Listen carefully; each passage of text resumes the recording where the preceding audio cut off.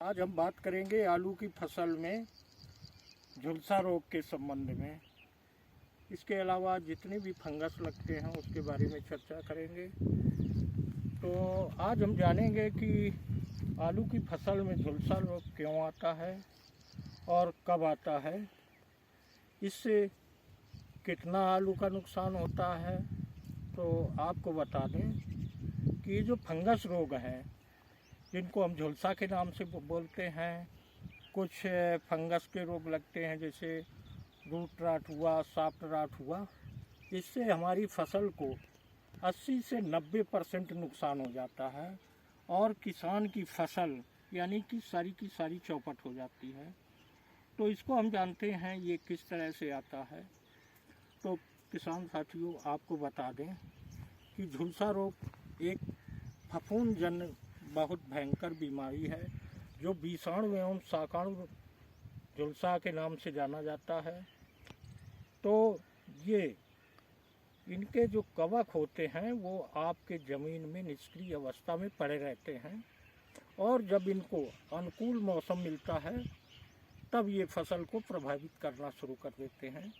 जैसा कि हम बता दें आपको कि जब आपकी फसल ग्रोथ पीरियड में होती है यानी 40 से 45 दिन की होती है और उस समय का 15 दिसंबर से 25 दिसंबर से 25 जनवरी तक आलू के लिए एक संवेदनशील अवस्था होती है। इस मौसम में कहीं कोहरा पड़ता है, कहीं बारिश हो जाती है, कहीं पाला पड़ता है और वातावरण में नमी की आर्द्रता बहुत ज़्यादा होने की वजह से जिन खेतों में ज़्यादा नमी होती है तो ये फंगस जो है इनके कवक अपना अनुकूल अवस्था पाके, अनुकूल मौसम पाके ये पत्तियों के निचले सिरे से आलू की फसल को नुकसान पहुंचाना शुरू कर देते हैं। तो आपको बता दें इसकी पहचान कैसे की जाए। सारे किसान भाई जानते होंगे इसके पहचान के लिए। ये जो है आलू में दो तरह का झुलसा लगता है, एक अंगैती झुलसा, एक पिछैती झुलसा। तो अंगैती झुलसा के बारे में बता दें जरा। देखिए कि अंगैती झुलसा जब लगता है तो पत्तियों के बीचों बीच ऐसे स्पॉट शुरू हो जाते हैं चक्रानुमा अंगीठी की तरह और नीचे की तरह फंगस के रेशे दिखाई देते हैं। तो ये झुलसा जो है अंगैती झुलसा कहा जाता है और इसकी जो निचली सतह की पत्तियां होती हैं पौधे की वो प्रभावित होना शुरू हो जाती हैं। और पिछैते झुलसे में जो है आप देखेंगे कि पत्तियों के किनारे की ये अनियमित धब्बे पड़ना शुरू हो जाते हैं, पत्तियों की कोरें ऐंठना शुरू हो जाती हैं और ये डंठल को पत्तियों के प्रभावित करता है। इस तरह ये ऊपरी सतह पे पौधे के आता है, पौधे की कोमल पत्तियों को ग्रसित करता है। इस तरह ये एक बहुत बड़ा विषाणु रोग है और यदि इसका समय से नियंत्रण नहीं किया गया तो ये आपकी फसल को 80 से 90% नुकसान पहुंचा देता है और 4-5 दिन में ही आपका खेत चौपट हो जाता है। तो किसान भाई इसके नियंत्रण के लिए आप जिंक मैंगनीज कार्बामेट या जब पत्तियों में स्पॉट दिखाई दें तो मेटालाक्जिल, इसके अलावा आप डाईमेथोमाल 2.5 ग्राम के हिसाब से प्रति लीटर के पानी के हिसाब से आप स्प्रेइंग कर देते हैं।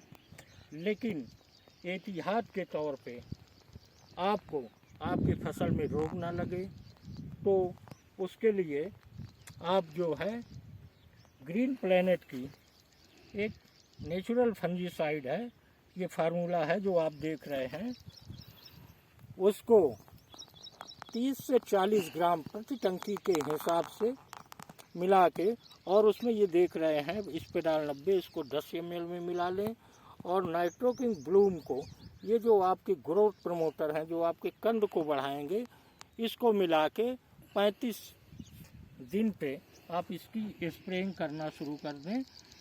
तो और इसका अंतराल आप 8-10 दिन के अंतर पे रखें। दूसरा स्प्रे आपको बता दें वो फंगोएट रखा है और स्पेडाल 90 फंगोहिट का 60 ml और स्पेडाल 90 की 10 ml मात्रा आप ये क्रमवत पहले PPFC का फार्मूला है उसको डालें और फिर फंगोहिट स्पेडाल को डालें। वो मात्र केवल वही 2 चीज़ें पड़ेंगी। इसमें आप PPFC में आप अपने ग्रोथ प्रमोटर भी मिला सकते हैं। तो इससे जो केमिकल से स्प्रेइंग आप करते हैं दवाओं से, उस पर पौधे की दैहिक प्रक्रियाओं पे प्रभाव पड़ता है और वो 8-10 दिन के लिए प्रभावित हो जाती हैं, वो अपना काम करना बंद कर देती हैं। तो इस तरह इनका इस्तेमाल करना चाहिए और जब आपके फसल में दिखे तो आप केमिकल के जैसे डाइमेथोमाल कह रहे हैं उसका आप स्प्रे करके तुरंत आप झुलसा का रोकथाम कर देते हैं। और एक बीमारी आती है सॉफ्ट राट, ये आप देख रहे हैं। सॉफ्ट राट में पौधे के तने ये काले पड़ना शुरू हो जाते हैं और जैसे ऐसे इसको तोड़ोगे या धक्का लगेगा तो ये चट से टूट जाते हैं। तो ये भी एक बहुत बड़ी समस्या है। तो इसके निदान के लिए जो हमने दवाएं बताई हैं उनका इस्तेमाल 8-10 दिन के अंतर पर करते रहना चाहिए, जिससे आपका रूट राट, सॉफ्ट राट और अघैती पछैती झुलसा पे आप नियंत्रण कर सकते हैं। इसके अलावा आपको पहले से एहतियात क्या करना चाहिए जिससे हमारे खेत में ये समस्याएं आए नहीं। तो आपको बता दें, पहले तो ये जो कवक वाले रोग हैं ये आपकी ज़मीन से आते हैं। तो आपको ज़मीन से कार्बनिक स्तर से आपका ज़मीन का शोधन करना चाहिए। इसके अलावा ये वायु संचरण से आते हैं, वायु से ये रोग के कवक फैलते हैं। तो जो आपके बस का नियंत्रण हो, जैसे आप ज़मीन का उपचार करें, तो आपको बता दें जब आप आलू की बुआई करें तो इनके कवक हमारे ज़मीन में ख़त्म हो जाएं, उसके लिए आप रूट गार्ड जो है 2 किलो प्रति एकड़ के हिसाब से आप ज़मीन में मिट्टी में मिला के आप खेत की आखिरी जुताई पे इसका बुरकाव कर दें तो आपकी ज़मीन का 60 से 70% कवक जो है उसके फंगस ख़त्म हो जाते हैं। इसके अलावा आप अपनी ज़मीन में देखो रोग की समस्या, क्योंकि हम लोग रासायनिक खेती कर रहे हैं तो इससे हमारी फसलें सारी प्रभावित हो रही हैं। कार्बनिक स्तर ज़मीन का बचा नहीं है, तो कार्बनिक स्तर बनाए रखने के लिए आप केमिकल के खाद के साथ आप ग्रीन प्लैनेट की प्रोम, जैसा कि आप देख रहे हैं प्रोम, ये ऑर्गेनिक DAP है। इसमें वही सारे तत्व हैं जो आपको उर्वरक DAP में मिलेंगे। तो 50% आप प्रोम DAP और 50% उर्वरक DAP का मिश्रण करके आप डालते हैं तो ये सारा कार्बनिक मैटर है। तो इससे जो है आपकी ज़मीन का कार्बनिक स्तर बढ़ेगा। इसके अलावा आप भूम पावर देख रहे होंगे, भूम पावर ये भी कार्बनिक खाद है और इसको हम मल्टीजाइम कहेंगे। इसमें सारे 16 तरह के तत्व होते हैं और इसमें 12 तरह के अपने मित्र जीवाणु पाए जाते हैं जो ज़मीन का कार्बनिक और भौतिक स्तर सुधारते हैं। इसके अलावा लोग ज़मीन के अंदर कैल्शियम नाइट्रेट का नहीं प्रयोग करते हैं। तो ये जो आप देख रहे हैं ये सारी ऑर्गेनिक चीज़ें हैं, ये कार्बनिक स्तर से बनाई गई हैं। इनसे आपका कार्बनिक स्तर ज़मीन का बढ़ेगा।